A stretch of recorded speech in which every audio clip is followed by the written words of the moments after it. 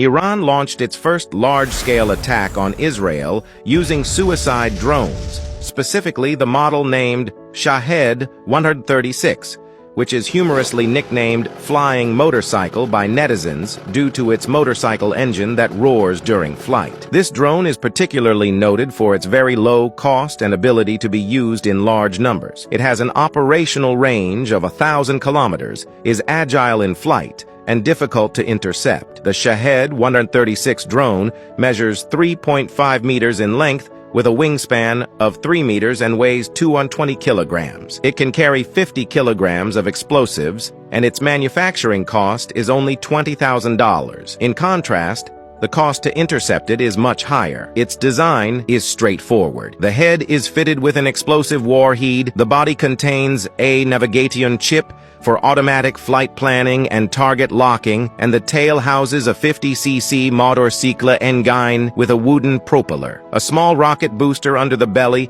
assists with takeoff, and the launching device is a modified ordinary truck that can launch 5 drones simultaneously. These drones typically employ a swarm attack strategy, with multiple launch vehicles firing several drones at once. After taking off with the help of boosters, they fly towards their target at a speed of 200 kilometers per hour at ultra-low altitude, effectively evading detection by air defense systems. Due to their low cost and high destructive capability, using expensive missiles like Stinger for interception leads to greater losses the more are intercepted, while using anti-aircraft artillery is inefficient. The saturation attacks of these drones cause significant damage to the enemy.